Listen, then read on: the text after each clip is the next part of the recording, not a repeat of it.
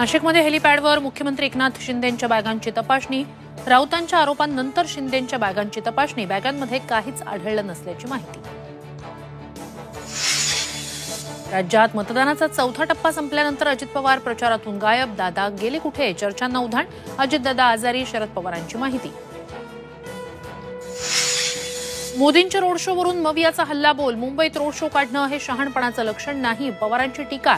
तर घाटकोपर दुर्घटनेनंतरही मोदींनी road show काढणं अमानुष, राऊतांचाही घणाघात।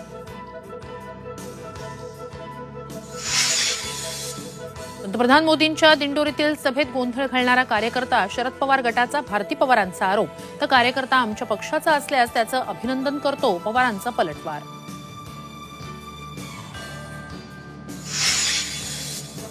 बीडमधील मनोज जरांगेंची 8 जूनची सभा रद्द। उन्हाची तीव्रता, दुष्काळामुळे सभा रद्द केल्याची जरांगेंची माहिती।